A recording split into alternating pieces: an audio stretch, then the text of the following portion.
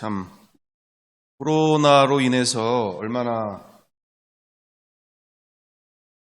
상상도 못한 또는 상상도 못한 그런 시간들로 가게 되는지 모르겠습니다. 그렇죠. 한 번도 생각해 보지 못했던 또는 그렇게 깊이 생각해 보지 못했던 여러 가지 또 그러면서 우리 교회 안과 밖에서 또 우리의 신앙 안에서 얼마나 하나님 앞에서 거짓들이 가득하고 또한 겉과 속이 다른 여러 가지의 모습들이 얼마나 가득했는지를 또 보게 되어지는 상황들이 계속 지속이 되고 있고 가정들로 가고 있는 상황들. 어찌됐든 이제 설이 또 이렇게 다가오게 되어지는 상황이 되어졌습니다. 우리가 설이 또 이렇게 즐거운 시간들로 가족분들과 모두가 이렇게 함께 할 수 있는 시간들이 되어야 할 텐데 이 상황들이 참 그렇게 예전만큼 되기는 어려운 상황, 좀 안타까운 부분들이 있긴 한데 그래도 나름대로 즐겁고 귀한 시간들 되시리라 생각되고요. 자, 그래서 어찌됐든 이렇게 보게 되어질 때 뉴스에 또 보니까 영생교까지 나오더라고요, 이제. 참 그냥 다 들춰내고 다 까발려지고 저희 영생교에 대해서 잘 모르시는 분이 있을 수 있는데 조희성 씨라고 자기가 메시아라고 자기가 메시아고 그래서 벌써 감옥에서 돌아가신 걸로 알고 있긴 한데 그럼에도 불구하고 사람들이 조희성 그분을 메시아라고 하면서 막 하는데 얼마나 참 그 인간의 또 사람의 이 사탄이 얼마나 이 세상을 이렇게 거짓으로 인생들을 빼앗고 또 거짓된 삶으로 이렇게 살아가게 되어지는가. 또 보면 교회만 욕이 또 다 달려요. 또 영생교도 교회 아니냐 이러면서 사입이라고 이단이라고 이교도라고 아무리 얘기를 해도 사람들은 교회 욕만 하고 있는 상황이고 이런 상황들 보면서도 참 어이가 없고 황당하고 저희 복음학교 밑에도 거기가 영생교 저희가 하나가 또 있는데 참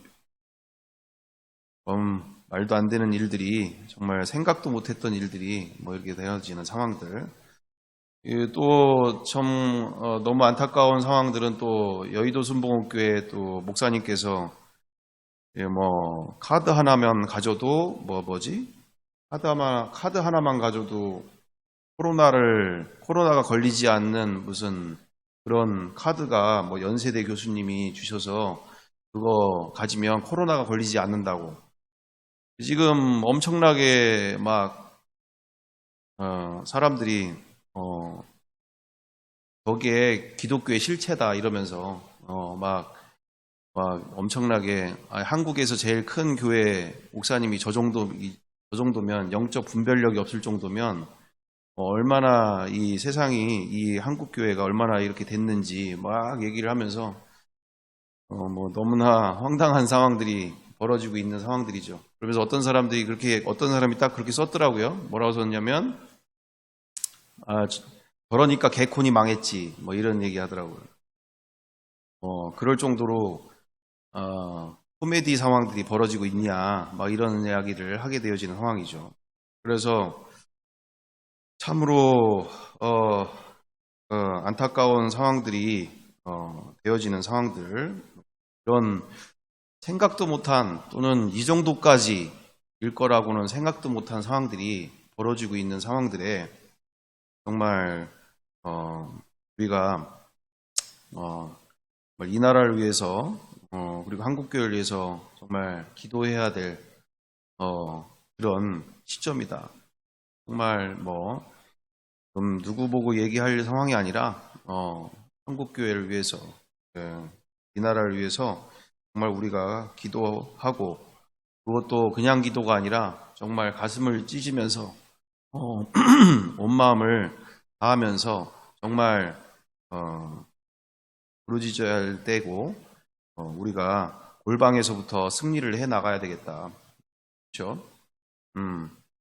우리가 골방에서부터 정말 치열하게 싸워가야 될 시기라는 얘기죠. 골방에서부터. 자, 그래서 어쨌든 말도 안 되는 이런 상황들이 정말 코로나 이전에는 생각도 못한 일들이 너무나 이곳저곳에서 벌어지고 있는 상황 가운데 말을 하면은 한두 끝도 없고, 자, 그랬습니다. 그래서 오늘 우리 이 시간을 통하여서 지난 시간 우리가 보시는 바와 같이 우리의 현실을 정확하게 인지를 해야지 미래가 정확하게 보이게 되어진다라는 것이죠. 그래서 이대로는 불가능하게 되어진다라는 것이었고, 이대로는 우리가 지금 하던 방향대로 이렇게 가는 것은 그건 전철을 계속 밟게 되어지는 정신병자와 같은 상황이 되어지는 거다라는 얘기잖아요. 그렇죠? 안 되는 걸 뻔히 알면서 그것을 계속 그것을 계속 고집하고 그렇게 가게 되어지는 것은 우리는 안 되는 걸 알면서도 계속적으로 반복적으로 그 길을 가게 되어지는 바는 정신병자들이 하게 되어지는 상황들이다.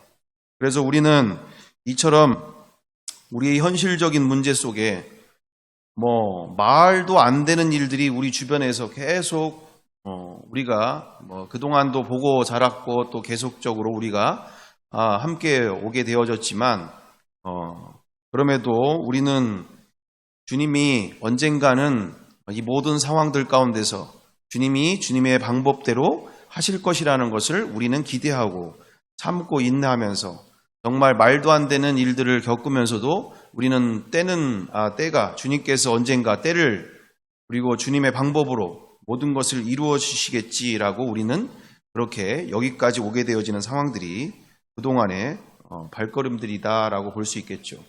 바로 그 때가 드디어 왔습니다. 이제는 정말 그 모든 것들을 다시 뒤엎고 주님께서 새 역사를 쓰실 그 때가 드디어 오게 되어진 줄 믿습니다.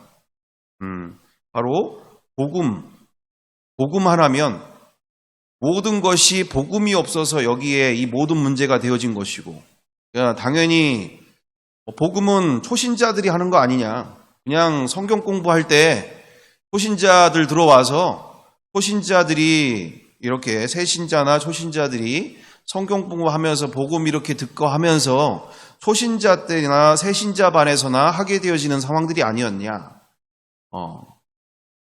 근데 우리가 다시 와서 지금에 와서 봤더니 복음 자체가 문제라는 거였다는 얘기죠. 주님께서 우리에게 모든 것을 다 주셨음에 우리는 복음은 이미 다 됐고 다음 뭐 없는가? 우리는 선교 나갈까? 우리 전도 나갈까? 우리 해야 되나? 이렇게 얘기했지만 결국 어디부터가 가장 문제였는가? 교회 안에, 그러니까 가정 안에서부터 또는 각 가정과 자기의 삶 속에서 이렇게 또한 직장에서 학교에서 그 어디 곳에든지 이처럼 정말 이런 겉과 속이 다른 교회에서만 머무는 밖에 나가면 이루어지지 않는 여러 가지의 모습들을 우리가 그동안 지켜보면서 오늘 우리가 지금 목도하게 되어지는 바로 복음 자체가 문제가 있다라는 것을 우리가 인지하게 되어졌고, 그래서 복음부터가 첫 단추부터가 근본적인 문제였음을 우리가 인지하게 되어지는 것이죠. 그래서 지난 시간에 우리가 보게 되어지는 우리 영상 이제 좀 준비해 주시면 좋겠는데, 영상에 보다시피 왜 부활인가와 함께 왜 복음을 반복할 수밖에 없는지, 우리의 신앙생활에 왜 복음을 반복할 수밖에 없는지 우리가 명확하게 보시면서 우리가 한 번 더 깊이 생각하는 시간들로, 그리고 우리가 앞으로 어디서부터 가야 되는지, 복음이 없었기 때문에 복음이 없기에 복음이 실제가 되지 않기에 이 모든 일들이 벌어지게 되어지는 우리는 바로 복음부터 정말 알고 있다라고 생각하는 모든 것을 내려놓고 주님께 온전히 복음에 초점을 맞춰서 온전히 나아가야 될 줄 믿습니다. 함께 보시길 원합니다. 우리의 신앙생활의 저는 답을 얻었어요. 그 답이 뭐냐? 복음임을 믿으시기 바랍니다. 그래서 왜 복음이냐? 왜 특별히 부활을 이야기해야 되느냐 하는 주제와 두 번째, 왜 반복해야 되느냐 여기에 대해서 말씀을 드리려고 합니다. 우선 저는 부활을 만나고 내 자신과 가족과 저의 모든 삶의 주변이 행복해졌고 또 저의 목회와 사역에 답을 갖게 됐어요. 예수님이 부활하심으로 하나님의 아들로 선포되셨다. 그러니까 예수님이 부활하심으로 주와 하나님이 되신 거예요. 하나님이 본래부터 우주를 창조했기 때문에 만물의 주인이신 줄로 믿습니다. 그런데 그걸 인정하지 않는 거예요. 예수님이 십자가에 죽으시고 부활하심으로 예수님 자신이 산자와 죽은 자의 주가 되시고 하나님의 아들이 되심을 확실하게 증거한 줄로 믿으시기 바랍니다. 그래서 부활하신 예수님을 만난 사람들은요, 하나같이 예수님을 주인으로 하나님으로 섬기기 시작했어요. 대표적인 사람이 도마 아닙니까? 도마가 의심이 많았지만은 부활하신 예수님을 딱 목격하는 순간 나의 주, 나의 하나님 하고 그는 즉시로 주님의 뜻대로 평생을 살아가는 일꾼이 됐어요. 12 제자 다 마찬가지고요. 사도 바울도 마찬가지고 예수님의 친동생 야고보도 마찬가지고 초대교회 귀한 성도들도 예수님의 부활을 목격하면서 부활하신 뒤에 예수님의 모든 말씀, 성경과 예수님이 하신 모든 말씀을 믿게 된 줄로 아시기 바랍니다. 그래서 부활을 통해서 예수님을 주님으로 믿게 되는 신앙인은 그 신앙 점수가 100점이에요. 예수님을 주인으로 믿는 사람은 다른 거 따질 필요가 없어요. 잔소리가 필요 없어요. 100점짜리 신앙이 즉각적으로 됨을 믿으시기 바랍니다. 예수님이 진짜 주인인 사람은 부부간의 사랑과 순종을 나눌 수밖에 없고, 자식이면 부모를 순종하고 공경할 수밖에 없고, 부모도 자식을 주의 교양과 훈계로 양육할 수밖에 없는 거예요. 성경 읽어라, 기도해라, 봉사해라, 헌금해라, 새벽기도 나와라, 다 잔소리예요. 다른 말이 필요 없습니다. 다 끝난 줄로 믿으시기 바랍니다. 예수님이 주인 되는 비결은 예수님의 부활을 붙잡으면 되는 거예요. 예수님이 부활하심으로 죽은 자와 산 자의 주가 되셨고 하나님의 아들로 선포되셨음을 믿습니다. 끝난 거예요. 그래서 오늘 말씀 보니까 사도행전 17장 30절 31절에 모든 사람에게 믿을 만한 증거를 주셨다. 하나님은 우리로 하여금 믿을 만한 많은 증거를 주셨어요. 근데 결정적인 증거가 뭐냐? 부활입니다. 부활을 통해서 살아계신 하나님, 주인이신 하나님, 우리를 위해서 모든 것을 다 이루신 하나님을 명명백백하게 믿을 수가 있는 거예요. 부활을 붙잡는 순간 살아계신 분, 주인이신 분, 다 이루신 분, 이것이 너무나 쉽게 믿어질 수밖에 없는 것입니다. 저는 고수는 한방이다 이런 말을 해요. 성경을 가만히 읽어보면은 마귀가 진짜 고수예요. 타이밍을 알아요. 첫사람을 붙잡아야 그 후손들을 다 붙잡는다는 걸 알고 그 기회를 놓치지 않습니다. 그래서 하와와 아담을 속여서 선악과를 먹게 했어요. 네가 하나님 믿는다라고 하는 이 기가 막힌 거짓말을 통해서 자기 수하의 온 인류를 싹 집어넣은 거예요. 근데 하나님은 더 고수인 줄로 믿습니다. 우리 하나님은 예수님을 보내사 그분이 십자가에 죽으시고 부활하신 이 복음을 통하여 그분을 믿는, 그분의 십자가와 부활을 믿는 사람들에게 바로 예수님이 나의 주, 나의 하나님이시구나, 이거를 믿을 수밖에 없게 하는 거예요. 이 은혜를 누리시기를 바랍니다. 마귀는 지금도 우리 그리스도인들의 눈을 흐리게 합니다. 혼미케 한다 그랬어요. 커튼을 치는 거예요. 블라인더를 치는 거예요. 고린도후서 4장에 보면 만일 우리 복음이 가리었으면 망하는 자들에게 가리어진 것이라. 그 중에 이 세상 신이 믿지 아니하는 자들의 마음을 혼미케 하여 그리스도의 영광의 복음의 광채가 비치지 못하게 함이니 그리스도는 하나님의 형상이니라. 마귀는요, 우리가 꼭 알아야 될 진리, 복음을 삭제하든지 가리든지 모자이크 처리하든지 그렇게 합니다. 그래서 온전한 복음을 받아들이지 못하게 해요. 이 복음의 영광을 가립니다. 마귀가 가린 것은 첫 번째 부활이에요. 복음은 십자가와 부활인데 부활 쪽을 모자이크 처리한 거예요. 부활절날 잠깐 부활에 대해서 생각하게 하고 십자가에만 집중하게 했어요. 지금 앞에 십자가가 있고 교회 지붕에도 십자가 있고 목걸이도 십자가고, 근데 부활은 부활절날 하루, 그날 부활에 대한 찬양하고 부활에 대한 말씀 듣고 싹 지나갑니다. 십자가만큼 부활을 강조해야, 균형 있게 중요하게 여겨야 온전한 복음이 되면, 온전한 복음이 되면 예수님은 나의 구주요, 예수님은 나의 주님이 저절로 되는데 이 부분을 모자이크 처리하고. 예수님이 그랬어요.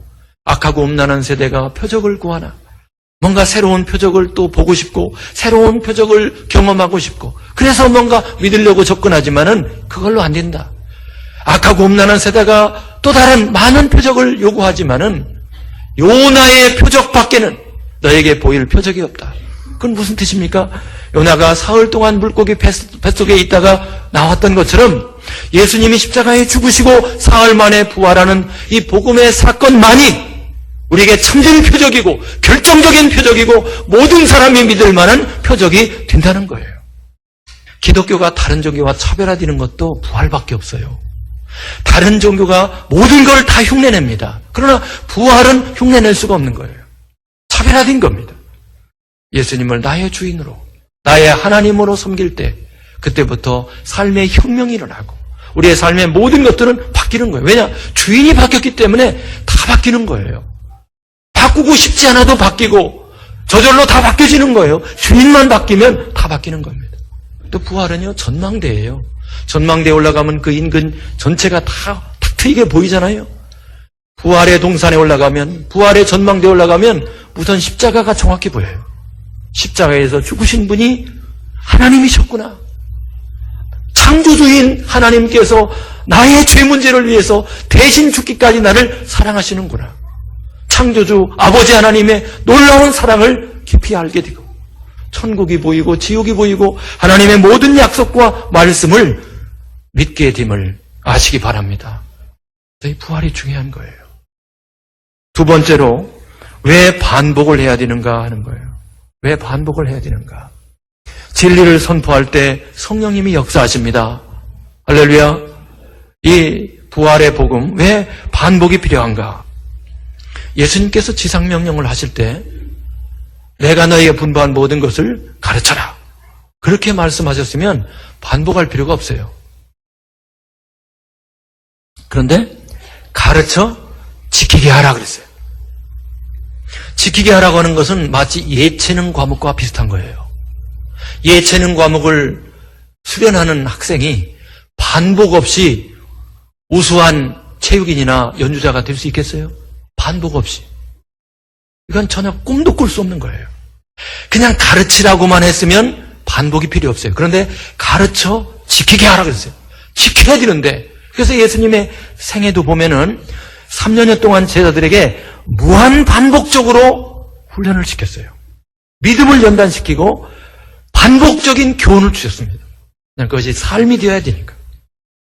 근데 오늘날 기독교의 가장 큰 약점이 있다면은 반복을 무시하는 거예요. 반복의 중요성을 놓친 겁니다. 어느 때부턴가 목회가 아는 것을 알려주는 것을 목회로 생각하게 됐어요.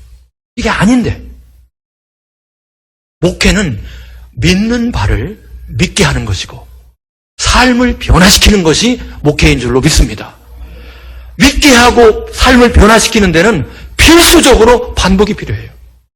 근데 우리는 반복을 놓친 거예요. 담임 목사님이 예를 들어서 설교 시간에 지난주에 했던 설교를 반복하거나 얼마 전에 했던 예화를 반복하면 회중들은 그렇게 생각합니다. 아, 우리 목사님 게으르구나. 우리 목사님 준비를 못하고 있구나. 우리 목사님은 우리를 무시하는구나. 우리 목사님 좀 무식하구나. 이렇게 생각할 수 있어요. 그런 생각이 회중들에게 들면 목사는 쫓겨나잖아요. 그게 아닌데 믿는 것을 믿게 하고 삶을 변화시키기 위해서는 반복이 절실한데 반복을 못하는 상황이 돼버린 거예요. 이게 치명적인 약점이 된 겁니다. 어떤 학생이 코치한테 혹은 자기를 예능을 가르치는 선생님 앞에 와가지고 코치님 혹은 선생님 저한테 반복해서 말하지 말고 저를 훌륭한 체육인으로 훌륭한 연주자로 키워주세요.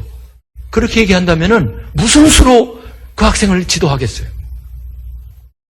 수만 번, 수십만 번 반복해야 겨우 될까 말까 하는 거예요. 우리가 성경을 보면 하나님은 우리가 성경을 읽는 것도 반복하라고 그랬어요. 모세가 이스라엘 백성들한테 한 설교를 봐도 그 당시 뭐 성경이 있어봤자 모세 오경밖에 없었거든요. 많지 않아요. 이 말씀을 너희 자녀들에게 앉았을 때에든지 길에 행할 때에든지 누웠을 때에든지 일어날 때에든지 항상 이 말씀을 강론하라 그랬어요. 하루면 다 끝나는 말씀이에요. 지식으로 치면. 모세오경 하루면 끝나요. 하루 그냥 지식적으로 알라는 게 아니라 지키라는 거예요. 지키라는 거. 삶의 인격화, 신앙화, 그리고 생활화가 될 때까지 무한반복적으로 강론하라 그런 뜻입니다. 원래 신앙생활은 처음부터 반복이었어요. 기도도 간구하라 그랬습니다. 간구는 반복하는 것입니다. 반복하여 기도하는 거예요. 우리 인생은 약점이 많아요. 네, 특별히 신앙 부분에서 세 가지의 약점이 있다라고 저는 생각합니다. 첫째는 안 보이는 것에 대해서 우리가 굉장히 미숙합니다. 안 보이는 대상에 대해서 참 우리는 둔감해요. 보이는 것에 대해서도 우리는 제대로 보는 게 아닙니다, 사실. 안 보이는 세계에 대해서는 더욱더 미숙해요. 그래서 예수님께서 죽으시고 부활하심으로 원래 보이지 않는 하나님의 영광을 보이는 하나님께서 나타내 주셨음을 확증하셨습니다. 아멘. 그래서 이 부활을 반복하면, 복음을 반복하면 보이지 않는 하나님이 보이는 하나님과 똑같이 되는 은혜가 있는 거예요. 또한 우리에게 미숙한 것은 내가 주인 되어 살아왔던 삶을 누군가 예수님이 주인 된 삶으로 주인의 전환, 주인의 변화가 너무나 이게 쉽지 않아요. 말로는 쉬워요. 우리가 주님, 주여, 주여! 쉽게 하지만은 삶의 주인이 되는 것은 반복이 필요합니다. 반복이 필요해요. 제가 그렇게 얘기합니다. 인류 역사만큼이나 사람들이 주인 노릇 해왔고 우리 나이만큼 내가 주인 노릇을 해먹었는데 한두 번 복음을 듣는다고 주인의 문제가 쉽게 바뀌겠느냐. 성령께서 도와주시지만 반복적으로 내가 다시 그 자리로 돌아왔을 때 예수님의 주인 되심을 제대로 신뢰하고 순종할 수가 있는 겁니다. 반복이 필요함을 믿으시기 바랍니다. 우리가 말로는 주여 하지만은 주님의 뜻대로 행하는 삶을 사는 것이 만만치 않잖아요. 그러나 복음을 반복적으로 묵상할 때 성령께서 주인의 바뀌었음을 깨우쳐 주시고 예수님의 주인 되심이 더욱더 행복하고 풍성한 삶임을 알려주시고 그 삶으로 내가 전환되게 됨을 믿으시기 바랍니다. 반복이 필요한 거예요. 우리 예수님께서도 제자들을 반복해서 훈련시켰잖아요. 반복이 중요한 것입니다. 또 하나 우리가 미숙한 것은 하나님께서 다 이루셨는데 다 이루신 그 놀라운 역사를 받아들이지 못하는 거예요. 그러나 반복적으로 복음을 묵상하면 하나님께서 이루신 놀라운 은혜가 내 것이 되는 겁니다. 확신이 오는 거예요. 누리는 사람이 되는 겁니다. 사도 바울은 고린도후서 6장에서 그리스도인의 실상을 말합니다. 무명한 자 같으나 그건 허상이라는 거예요. 실상은 유명한 자요. 우리가 가난한 자 같으나 이건 허상이라는 거죠. 우리는 많은 사람을 부유하게 하는 사람이다. 이게 실상이라는 거예요. 우리는 아무것도 없는 자 같으나 이건 허상이에요. 모든 것을 가진 자로다. 아멘. 이게 우리의 실상임을 믿으시기 바랍니다. 근데 마귀는 이 세상의 풍조는, 세상의 문화는, 세상의 가치관은, 그래, 나는 무명한 자야.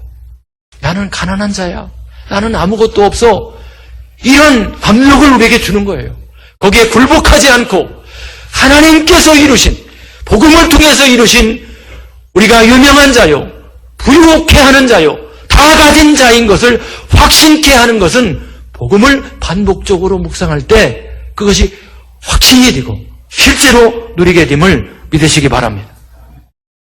우리 기독교가 이 복음을 홀대했어요. 복음을 너무나 소홀히 여겼어요. 저 복음이라고 하는 것은 옛날 예수님 믿을 때 그때 써먹는 일회용 그런 복음이다. 복음은 초보용이다. 초신자들 새신자 과정 1단계에서 배울 내용이다. 어쩌다가 구원의 확신을 가질 때 좀 필요하겠다. 그리고 좀 신앙이 컬컬할 때, 첫사랑을 회복할 때 그때 좀 필요하겠다. 그리고는 나하고 상관없이 내가 전도할 때 복음을 듣는 사람들에게나 필요한 것이 복음이다. 이렇게 착각한 거예요. 하나님이 천지를 창조할 때 말씀으로 창조했습니다. 복음을 완성할 때는 삼위일체 하나님이 모든 걸 다 희생해서 목숨까지 바쳐서 만든 작품이 복음인 줄로 믿습니다. 복음이 모든 것이고 모든 문제의 해답이고 만능 열쇠가 되는 거예요. 그런데 이 복음을 사람들은 무시하는 거예요. 약하게 생각하는 거예요. 저는 이 복음, 십자가와 부활, 온전한 복음을 다 붙잡고 마음의 큰 평안과 기쁨을 소유하게 됐어요. 너무나 감사한 것은 거룩함이 왔습니다. 이게 진짜 거룩함, 코람데오, 하나님 앞에서 사는 삶이 이것이구나라고 하는 아무도 없는 자리에서도 거룩할 수 있는 그 거룩이 저에게 왔어요. 우리가 이 반복이 왜 필요하냐면은 참 우리 사람은요 스스로 속는, 자기도 모르게 속는 그런 영역이 참 많아요. 진리를 끊임없이 반복할 때 어느 날 성령께서 조명해 주셔서 내가 속고 있었던, 내가 잘하는 줄 알았는데 잘못이었구나, 이런 부분들을 깨닫게 하고 버리게 하는 거예요. 자기들이 하나님을 제일 사랑한다고 했던 그들, 아직도 자기가 주인된 그 사람들이 예수님을 십자가에 못 박은 겁니다. 내가 주인된 이 죄가 바로 마귀와 똑같은 죄인 거예요. 가장 무서운 죄, 지옥 가는 죄, 그 죄가 도둑질하고 그런 게 아니라 내가 주인된 이 죄가 바로 예수님을 십자가에 못 박았고 그게 바로 지옥 가는 죄입니다. 이 죄를 들키게 하고 이 죄를 보이게 하고 이 죄에서 벗어나게 하는 놀라운 역사가 복음을 반복할 때, 부활을 묵상할 때, 그분이 죽은 자와 산 자의 주가 되신 것을 믿게 될 때, 나의 주인의 삶에서 예수님이 주인된 삶으로 변화되는 역사가 일어남을 믿으시기 바랍니다. 마귀는 하나님을 떠나게 만들고 죄악 세상을 만들고 무엇보다도 사망 권세로 사람들을 두렵게 만들었어요. 일생을 죽음의 종로로 타는 사람들이 되게 했어요. 이런 마귀의 모든 역사, 마귀의 괴계를 단번에 깨부신 것이 뭐냐? 부활인 줄로 믿습니다. 부활을 믿으면 살아계신 예수님을, 살아계신 하나님을 자연스럽게 믿게 되고 그분을 주인으로 믿게 되고, 그리고 사망 권세는 아무것도 아니잖아요. 부활을 믿으니까. 아멘. 이 신앙이 되는 거예요.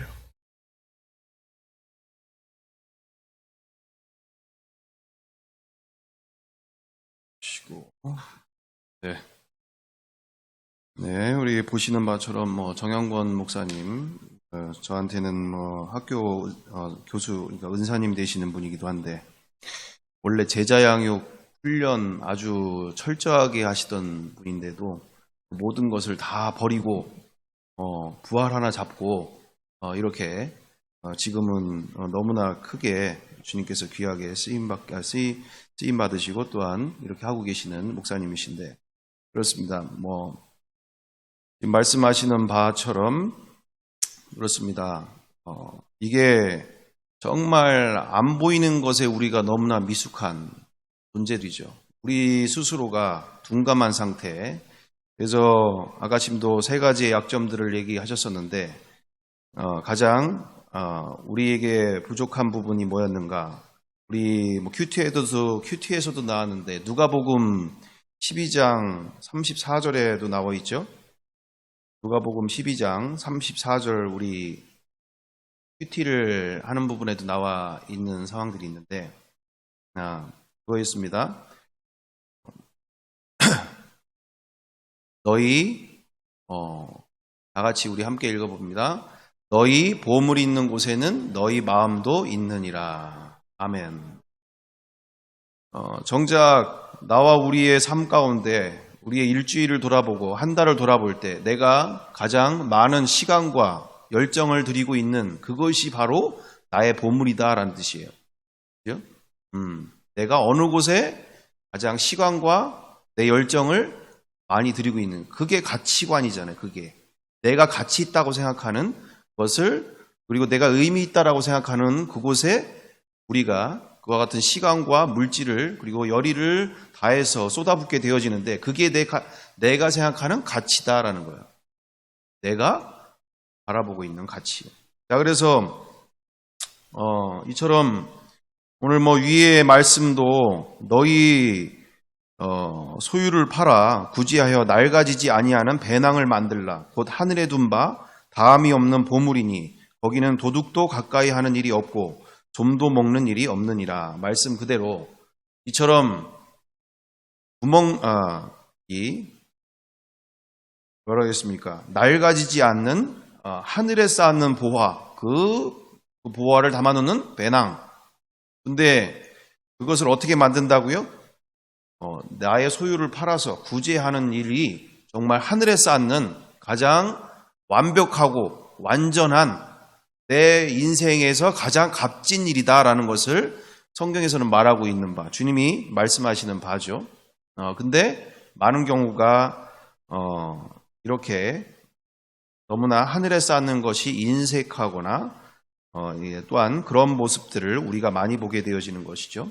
그래서 오늘도 좋은 것을 또 좋은 많은 것을 누리고자 또한 세상에서 주는 것들을 또 찾고자 하는 경우들이 우리에게 많이 있는 것을 보게 되어집니다. 두 번째로의 삶 속에서 우리의 그 약점 중에 바로 뭐냐? 내가 주인 되어 살았던 삶이 어느 날 순간 갑자기 되면 감사한 일이죠.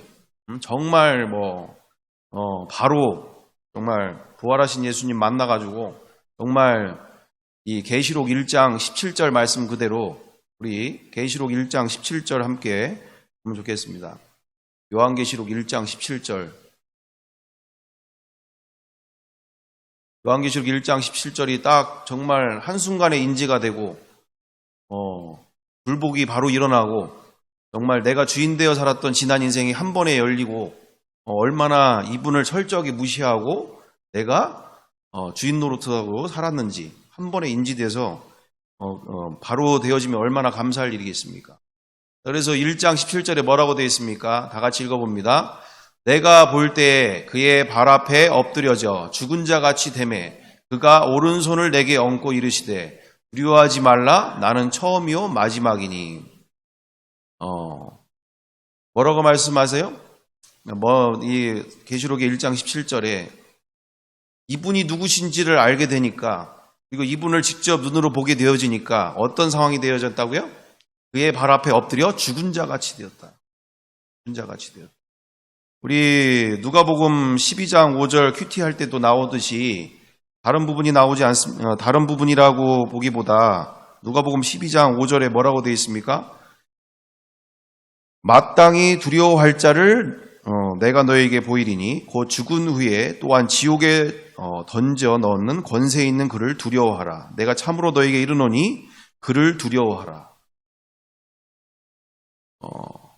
정말 복음이 나와 우리 가운데 실제가 되어지는 상황들이 벌어질 때 정말 내 스스로뿐만 아니라 우리의 가정뿐만 아니라 우리의 자녀들 안에서 이제 그분 앞에서 심판의 자리 앞에서 이제는 아무 변명도 필요가 없어요. 그 앞에서는 이제 입도 나오지도 않아. 정말 어마어마한 공포 속에서 정말 그 심판의 자리 앞에서 이제는 모든 게 다 끝난 거예요. 더 이상 이제는 기회조차 없는 상황이 그 앞에서 벌어지게 되어지는 상황이라니까요.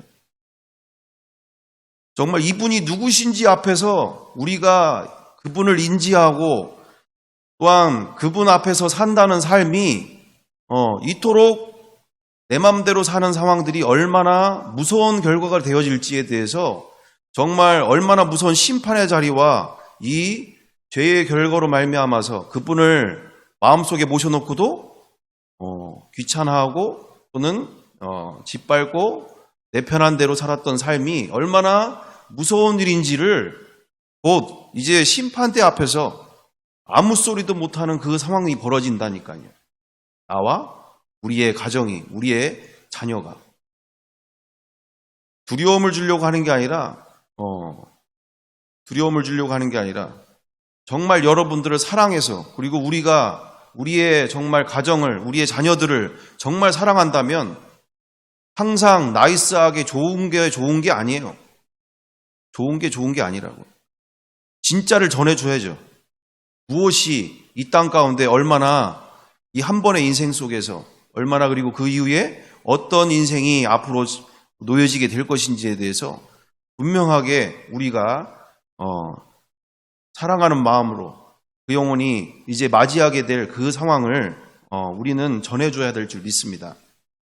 그래서 오늘 이 상황 가운데서 그만큼 우리는 내가 주인 되어 살았던 인류 역사만큼 지금 조영근 목사님 말씀하시잖아요. 인류의 역사만큼 주인 노릇하던 인생이었고 내 나이 먹은 만큼 주인 노릇하던 인생이었다는 거죠. 주인 노릇하던 인생이다. 그래서 우리 많은 학생들 가운데도 지옥 영상 보여줘도 꿈쩍도 안 해요. 얼마나 지금 완악해져 가고 있는지를 몰라요. 예전에는 지옥 영상만 보여줘도 막 눈물 흘리면서 나 저거 절대로 가지 않겠다. 막 오금이 저려서라도 나는 저기를 못 가겠다. 막 그런 고백들을 하던 애들이 지금은 뭐 보여줘도 꿈쩍도 안 해요. 꿈쩍도 안 해요. 지옥 가는 거 무서워하지 않아요. 그 정도로 지금 얼마나 무서운 시대로 가고 있는지를 우리가 인지하고 살아야 될 줄 믿습니다. 그래서 우리 자라는 세대들은 지금 더더구나 어마어마한 것들을 늘 보고 자라고 또는 유튜브를 통해서나 많은 것을 통해서 게임을 통해서나 많은 것을 보고 살고 있기 때문에 피 터지고 뭐 이러는 거 별로 그렇게 충격으로 오지 않아요.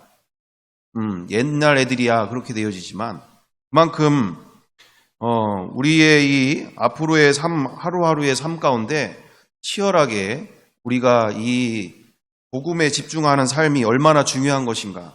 그래서 내 나이만큼 주인 노릇하던 인생들 우리 스스로 가운데서 우리가 야고보서 2장 17절을 함께 우리가 보기를 원합니다. 야고보서 2장 9절이죠. 야고보서 2장 9절. 야고보서 2장 9절 우리 함께 다 읽어보겠습니다. 만일 너희가 사람을 아니죠 이게 아닌데 2장 17절인가? 야고보서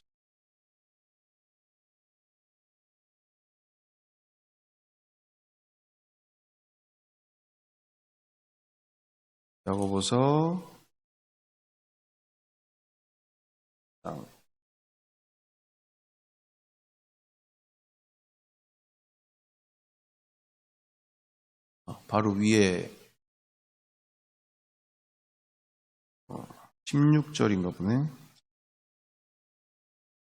위에로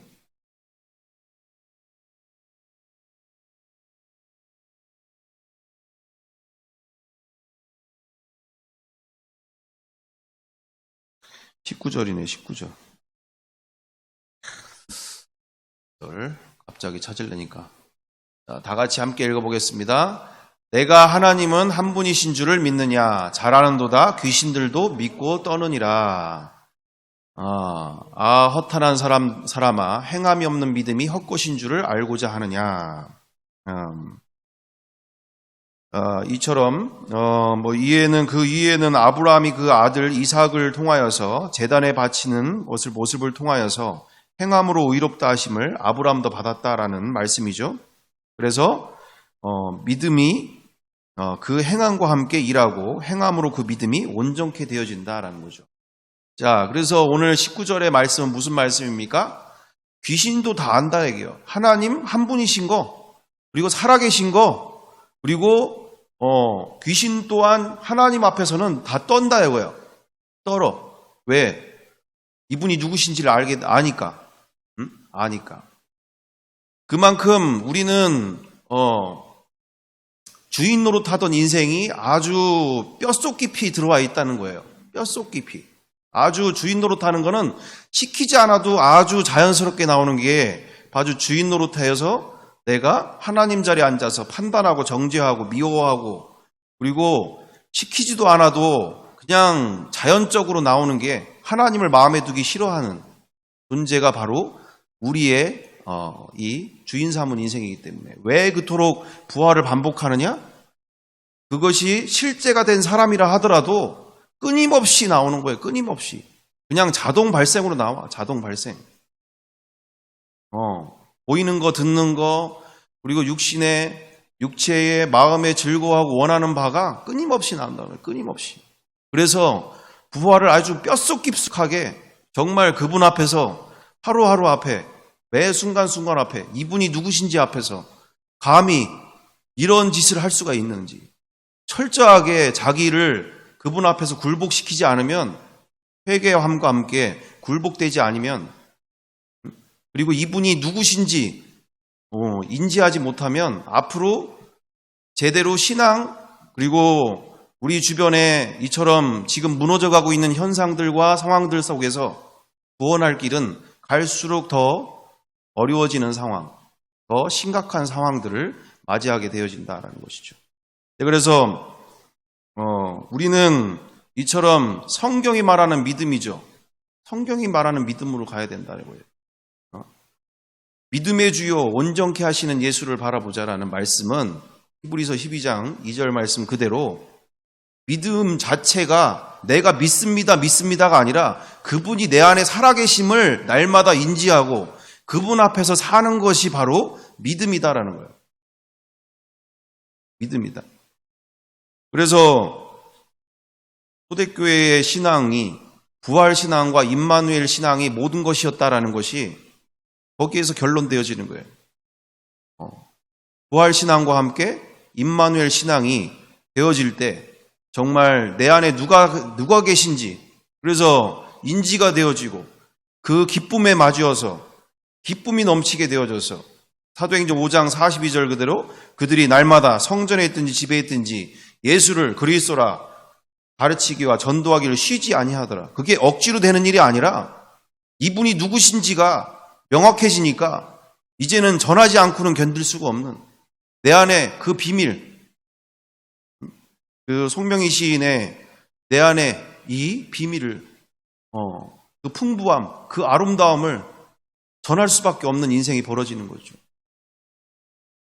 그래서 우리는 이 차원의 문을 통과하는 데 있어서 우리가 생각하고 있는 이 부분에 있어서 이 차원의 문을 통과해야지 정말 이 앞으로 진짜 전면전이 제대로 시작이 되어지고 제대로 모든 것이 되어져 가는 상황들이 되어진다. 그래서 지금 보시는 바처럼 우리 주변에 지금 우리의 교회 안에도 아시는 것처럼 젊은 친구들이 계속적으로 무너져 가고 있는 현상들이 계속 벌어지고 있는 거예요.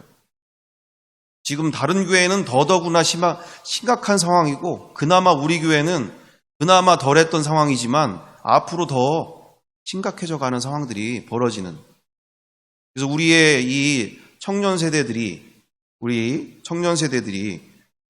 정말 이 가치 전쟁 가운데 첫 번째가 진리의 전쟁이지만 두 번째가 가치의 전쟁이에요. 가치.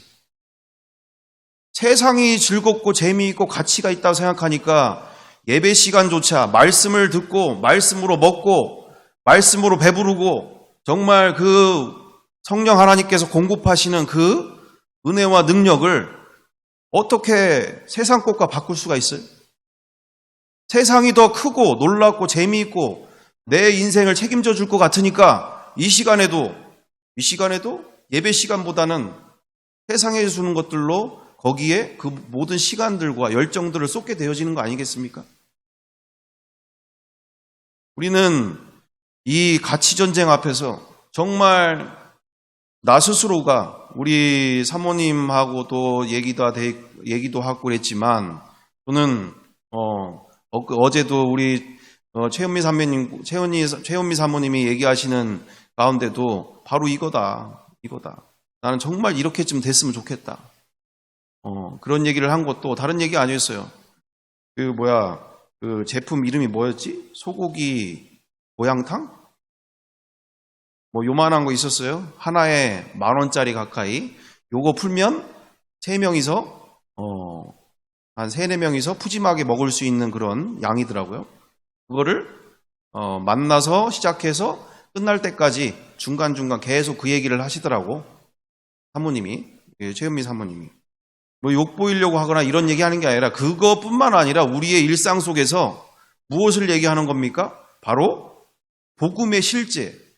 내가 이 고양탕 하나 그렇게 너무나 맛있고 또한 유익해서 내가 전해주고 또 계속 얘기해주고 또는 직접적으로 또 다시 얘기해주고 하게 되어지는 바처럼 우리의 일상 속에서 정말 내 스스로가 나의 교제의 그 중심에 뭐가 있는지를 생각해 보자 이거예요. 응? 나에게 있어서 가장 가치 있는 것이 나에게 가장 충격적이고 또한 기쁨의 소식이 상대방에게 전달되어지기를 원할 때 우리는 교제를 하는 그 시간 속에 정말 무엇을 얘기하고 있는 것인가? 정말 그 영혼에게 정말 우리 주 예수 그리스도께서 밭에 감추인 보화 되신 그분이 로또 125억 그 인생처럼 그와 같은 그 기쁨을 그 영혼에게 주고자 하는 우리는 복음의 실제가 그토록 중요하다라는 것이죠. 앞으로 많은 지식을 전하는 게 중요하다기보다 정말 내가 만난 그 예수님 안에 있는 그 보화, 예수님 안에 있는 그 가치, 그 비밀을 정말 내가 어디든지 누구 앞에서든지 정말 대화의 중심 속에서 내가 그것을 전하고 있는가? 아니면 이 세상 것들로 또는 세상에서 재밌고 좋고 즐거운고 또는 세상에서 가치 있다고 얘기하는 것으로 우리는 그 대화의 중심을 삼아가고 있는가? 우리는 이 상황 속에서 우리가 앞으로 가게 되어지는 바가 우리의 교회와 우리의 공동체들이 우리의 각자가 함께하는 이 과정 속에서 복음 안다는 생각을 우리는 철저하게 내려놓고 우리 지난 시간에 그 카톡 전도하는 그 친구가 이렇게 5분짜리 되어지는 7분 정도 되어지는 아니죠. 5분도 안 되는 영상이었는데 한 3분 되었었나? 그 영상 가운데서도 복음을 아주 너무나 쉽고 간단하게 부활을 통해서 이분이 누구신지 그리고 이분을 믿지 않는 게 얼마나 완악하고 또한 주인으로 모시는 것을 그렇게 싫어하는 그 영혼이 얼마나 이것이 무서운 일인지에 대해서 전하게 되어지는 장면이잖아요. 그 죄가 얼마나 무서운 죄인지 하나밖에 없는 자신의 생명을 창조주가 오셔서 직접 주시기까지 사랑을 고백하시는데도 그분이 주인 되셔서 함께 이 영원한 나라를 그 풍성함을 그 아름다움을 그 진짜 너를 창조한 그 목적을 그리고 그 너와 함께하고자 하는 진짜 인생을 만나게 해주고 싶다는데도 그토록 자기의 주인으로 모시는 것을 싫어하는 원하지 않는 이 악한 중심 속에 우리는 끊임없이 내 입에서 그것이 그리고 우리의 대화 가운데서 우리의 자녀 세대들에게 그것이 가장 기쁨의 소식들로 나아갈 수 있도록 우리는 끊임없이 실제가 되길 위해 함께 교제하고 함께 이것을 더욱더 말씀과 복음으로 함께하는 모습 속에 우리는 정말 자다가도 예수 부활하셨어. 승리하셨어. 다 이루셨어. 복음이면 다 돼. 이와 같은 자다가도 벌떡 일어나서 나의 인생의 가장 기쁨의 소식이요. 나의 인생을 모두 다 쏟아부어도 아깝지 않은 정말 그와 같은 인생들로 우리 2021년도가 출발되어지고 또한 새해를 맞이하면서 출발되어지면서 우리의 자녀 세대들에게 정말 이 예수님을 믿지 않는 죄가 얼마나 무서운 죄인지, 그 심판대 앞에서 얼마나 무서운 일이 벌어지는지를 우리는 정말 기쁨으로 또한 언제나든지 나갈 수 있는, 그리고 그 죄가 얼마나 무서운 죄인지를 전할 수 있는 준비된 복음의 일꾼들 다 되시기를 간절히 바라는 마음 함께 나누었습니다. 기도하겠습니다. 사랑과 은혜가 풍성하신 아버지 하나님, 나와 우리 가운데 정말 지식이고 교리적인 모든 것들이 다 열리게 도와주셔서 온전히 복음이 실제가 될 수 있도록 인도하여 주시옵소서. 어디를 가든지 누구 앞에서든지 나의 인생의 가장 기쁨이요 나의 인생의 가장 자랑이신 내 안에 계신 예수 그리스도가 전달되어지고 전하여지는 놀라운 역사가 허락되어지도록 인도하여 주시옵소서. 정말 내 인생의 가장 대화의 중심이며 내 삶 가운데서 가장 즐거움의 그리고 기쁨의 주님만이 우리 자녀들과 그리고 우리의 가정 속에 그리고 우리의 모든 일터와 그리고 학교 가운데 모든 영혼들에게 나를 통하여 영광 받으시고 찬양 받아 주시옵소서. 함께 하심을 믿고 모든 가정들 가운데 축복하여 주시옵소서. 이 자리에 참석하지 못한 모든 형제자매들 가운데도 동일한 은혜 함께 하여 주시옵소서. 감사하며 예수님의 이름으로 기도드리옵나이다. 아멘.